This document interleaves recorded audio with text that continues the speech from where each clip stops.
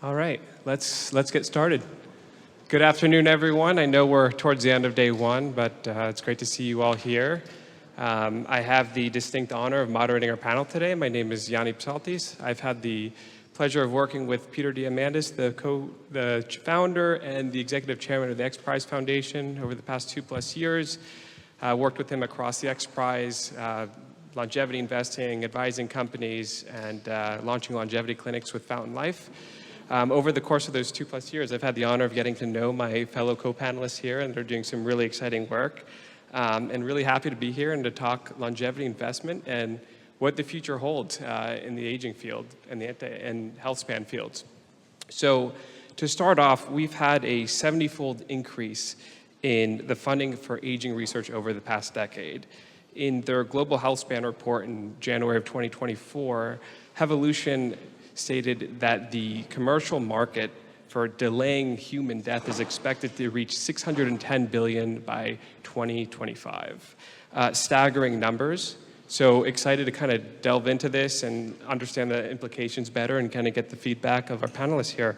So I will quickly introduce our panelists. We'll spend about 3 minutes having each panelist talk individually and addressing some questions about their domain expertise. And then for about 20 to 25 minutes, we'll open things up. We'll have a general, more open discussion with some more evocative and actionable questions that I think everyone will enjoy. So without further ado, our first panelist from my left is Lada Nuzhna. She is the co-founder and program director of Impetus Grants. And Impetus Grants is taking a really cool model on funding high-risk, high-reward research projects in a non-dilutive manner. And really happy to have Lada here. Our next panelist is Dr. Andrew Brack. He's a program manager at ARDD. Previously, Dr. Brack was a tenured professor at Harvard, had his own lab at UCSF, and was a co-founder of Arrive Bio, an in vivo and machine learning company. Currently, as a program manager at ARDD, Dr. Brack is trying to change the world the next 3 to 6 years with multiple shots on goal with this government organization and trying to turn the focus back to aging. Our third panelist is Dr. Alex Colville. He is a general partner and co-founder of Age One, an early stage longevity investment firm. And our final panel, last but not least, is Marc Bernegger. He is the founding partner at Maximon, and Marc has been around from the early internet days to the early days of Bitcoin. It's really interesting to see Marc now turn his attention to the longevity field. It means we must be doing something right and have some exciting things on the horizon. So without further ado, let's dive in. I'll start off with Lada. So in the Global Healthspan report that Hevolution recently released, they shared how the most popular sources of funding for longevity research are corporate partnerships, 53%, private equity, 46%, and venture capital at 39%. Your new funding model with Impetus Grants is unique in the fact that it's non-dilutive. Tell us a little bit more about Impetus, how you got started, and what is the kind of key differentiator between you and some of the other sources of funding? Yeah, I would say Impetus sort of started with 2 observations. One of them was kind of catalyzed by COVID when everyone was waiting for government to fund science faster, sort of like, oh, where's the vaccines? Where's the trials for new COVID tests? And it wasn't happening like a year in. And then that was the moment everyone sort of turned around and they realized that actually that's how the rest of the science is funded. So you apply for a grant and then you wait for a year and then it gets approved, so you wait another year until the money hits your bank account, and so you kind of exist in this like 2-year timelines to get anything, to catalyze anything into existence. And another observation was that actually like more than, like majority of the funding of National Institute of Aging goes not towards lifespan extension, not even healthspan. It goes towards like a specific disease, which is Alzheimer's, and there are basically no options for people in this room who actually want to study healthspan and lifespan to do truly novel research. And so you did mention that the majority of the funding actually goes towards later stage. And it is, to me, it's a bit risky in that we are like in this completely new nascent field where we don't know what aging is.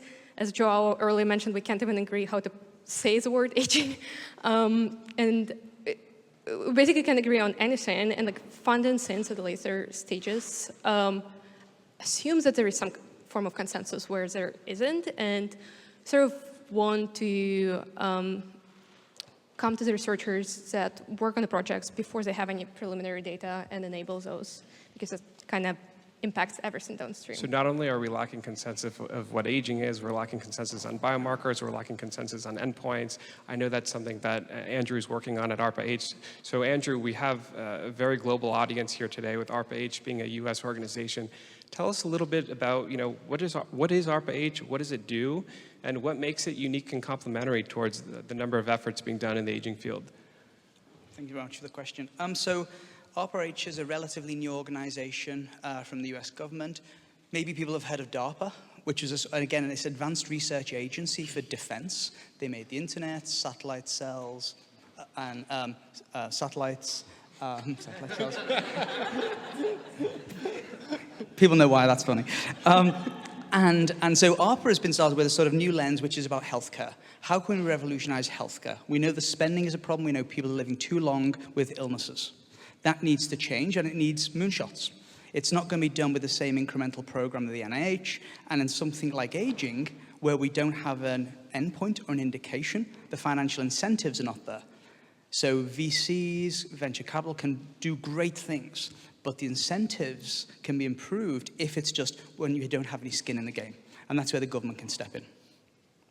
Great. And Alex, a recent survey, I thought of you when I was reading this, of finance professionals indicated that investing in healthy longevity, 97% actually of finance professionals felt that investing in healthy longevity would be more, not only lucrative, but also more beneficial than traditional healthcare investments. From what you're seeing, what are some of the big bottlenecks in the industry, and how are you approaching that with Age One? Oh, yeah, really, really good question. I think that, yeah, when I encounter kind of investment professionals outside the field of aging, I think kind of instant reactions are yes, like, is this sector different from other sectors of biotech or drug development? What makes it different? And then the second question is, do I get money back in the next 15 years? There's this like baseline expectation that the timelines are so much longer than any other field. And I think that's because inherently what we're studying is a like slightly longer process.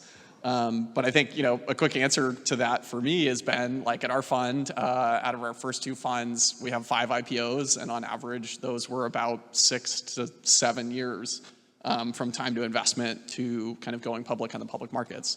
And that's kind of the beautiful thing about markets, is you can go public before actually having an approved drug. And so all that to say, I think, yes, the space is different.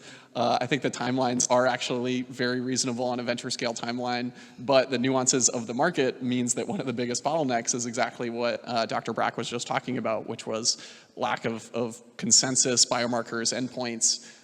But hopefully this conference is bringing a lot of urgency to these issues, and really, really excited about the XPRIZE teams as the one to kind of help push them to decisions.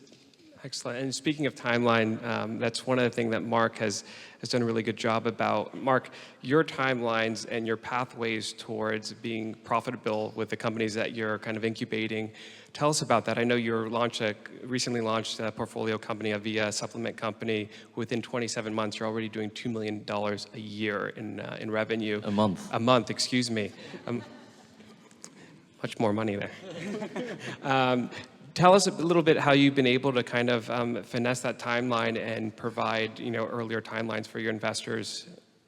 Yeah, thanks for the question, and thanks for having me to the whole XPRIZE and team here. I mean, for me as an entrepreneur, I'm now doing my own stuff since roughly 25 years, always in new and emerging fields. It was also always about building something which has a tangible result, meaning also revenues, and that's a little bit our perspective. I think the whole industry is exciting, and we need the moonshots, and I think it will have maybe the biggest impact on humans ever. But I think we also need companies and entrepreneurs and investors who are somehow looking for the low-hanging fruits, and that's a little bit our approach with Maximon as a venture studio / company builder, that we try to identify fields where there are products and services still scientific backed and evidence backed, where we can generate revenue ideally today, And the company you mentioned, yeah, we launched less than 3 years ago, and after 27, 28 months, we became profitable with now more than 2 million of monthly revenue. Longevity supplements, some of them patented and protected, and I think that's something which was a little bit missing in the whole space. And we have now many investors, because we're profitable, we don't need external funding. We fund the first 10 million per company ourselves. But we now get many investors reaching out to us and say, hey, cool, I thought longevity is only about moonshots, and that's why we were not yet ready to invest, because we need some short-term path to generate revenue. And yeah, with every additional investor getting interested in the space, I think it's better for the whole industry, and that's a bit our focus, the boring low-hanging fruits which make money. Amazing, amazing. So now that we've covered a little bit each about our 4 panelists here, I want to kind of delve into some more edgier, evocative questions, kind of set the stage here. So I was looking at some stats recently, and you currently have a better chance of being a billionaire than a supercentenarian. Today, we have about 2,700 to 3,000 billionaires. There's 800 to 1,000 supercentenarians. So this is a question for Andrew, actually. What do you think is the single most important breakthrough that we need in longevity research today? How could we, create more supercentenarians than billionaires, and hopefully someday more supercentenarians and millionaires? How could we get there? This is the edgier part, right? I have a boring answer, which is we need to do the clinical trials. Clinical trials are experiments. And it's the only way we get to finding what works in humans to generate the centenarians. And so we might have 100 things sitting on shelves right now, but we have no clue if they work in humans. So my answer is we might have things out there, but also I think maybe it's the wrong focus of the question. Yeah. So I was recently reading last night that René Descartes, the famous philosopher, around his mid-40s, he focused his whole shift from philosophy to aging.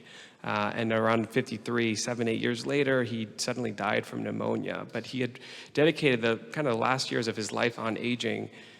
Question for Alex. Alex, if there's someone that you haven't invested in already, but if you were to bet the future of longevity on one person or one company at the moment, I know this is a tough question, who would it be? And if you don't want to disclose a certain person or individual, what would that certain topic area be? Not from your portfolio.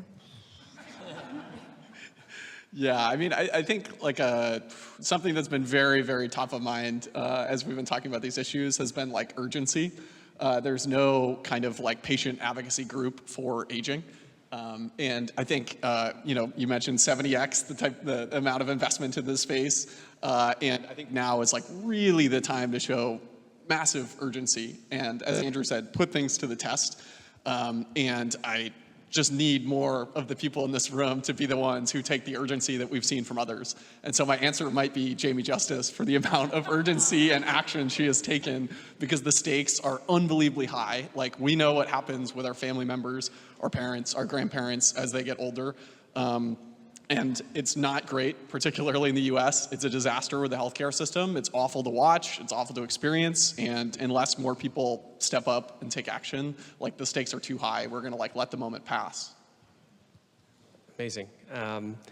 So Sam Altman was recently talking about the idea of grit and determination, and how one of the things that he had overlooked in his early Y Combinator days and days as a founder is finding CEOs and startup founders that have sense of determination 3 or 4 degrees from the standard deviation. So my question to Lada, I know you're seeing a lot of these early startups, early CEOs. What is the most non-obvious skill in a founder that people don't talk about that you're looking for in your grant process and over the course of funding projects in general?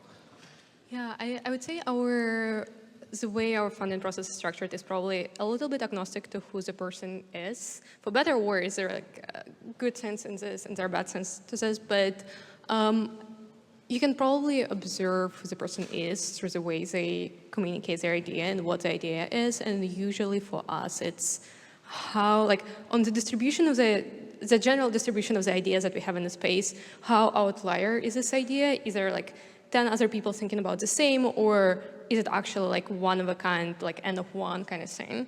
And so for us, that's the best predictor of the success, like ability to think in a sort of contrarian way. It doesn't mean that project will definitely be successful, because the more risky it is, the more likely it will fail by definition, but those people will go and try other projects and new other science, and so for us it's kind of... And Marc is working with a lot of early stage founders as well.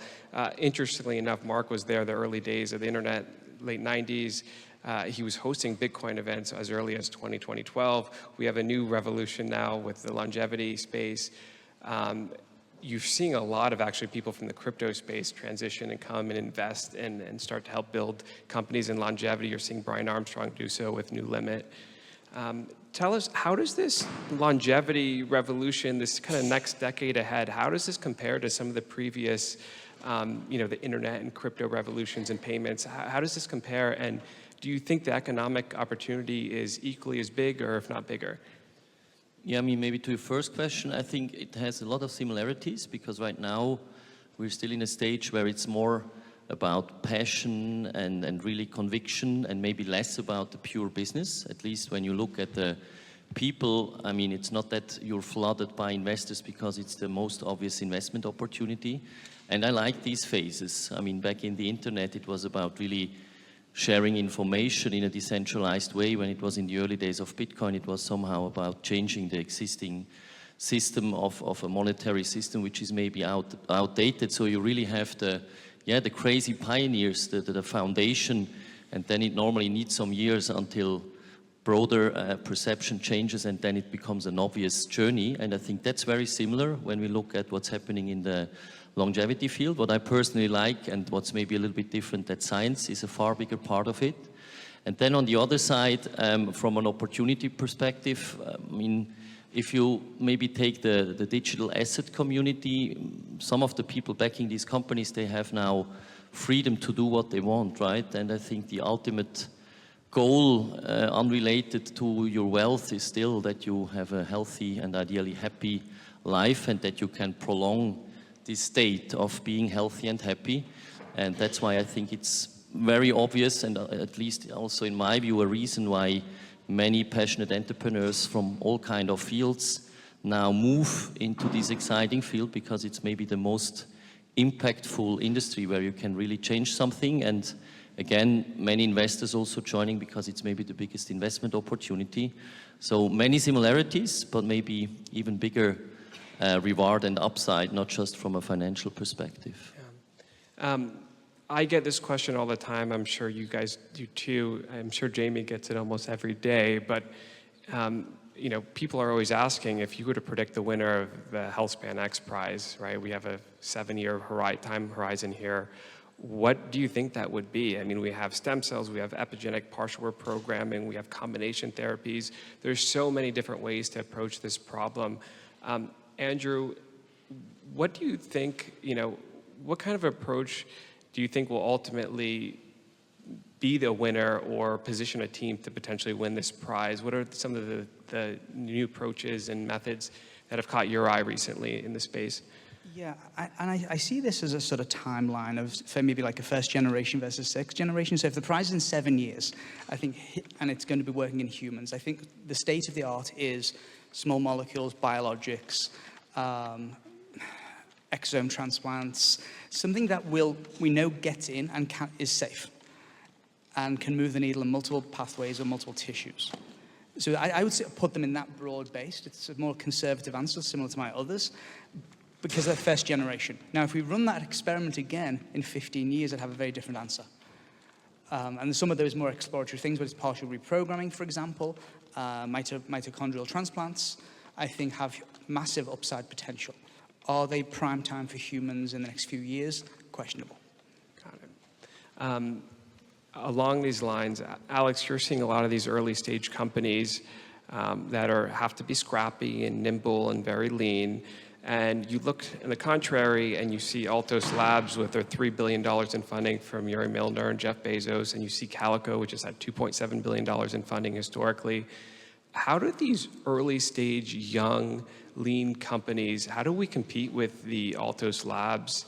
And ultimately, how could they win? How could they outcompete and outperform the Altoses of this world? Yeah, that's a really good question about like macro level allocation kind of allotments and kind of how we choose to spend all our resources and where it can be most efficiently spent. In terms of how can the scrappy founders win in that sort of an environment, keep doing what they're doing, because they are absolutely the most efficient dollar for dollar part of the ecosystem over and over again. I would be willing to bet a lot of money, actually, to anybody in the room that a scrappy startup will be the one to win the Healthspan XPRIZE. That's my hot take. We'll see.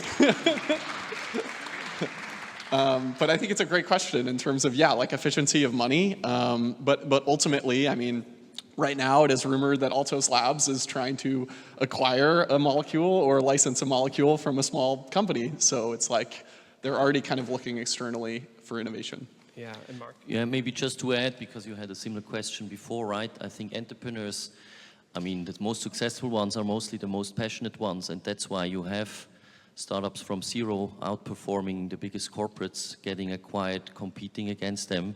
So if it would be only money, I think we wouldn't see many successful entrepreneurs as big corporates today as we see.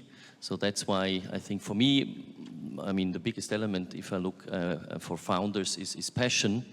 And passion, I think, is, I don't know how many times X more relevant than just money, right? Yeah. Let's change gears a little bit. As far as some of the avant-garde frontier technologies out there, perfusion, synthetic embryos, cryopreservation, maybe you don't even consider that one as avant-garde these days. Alex, I know you're co-founder at Age One. Laura has her company, Cradle, with that. So, well, let's stay with you, Alex, here to start us off, and I'd love to get Lada's input on this as well. What kind of technologies are you seeing that were seemingly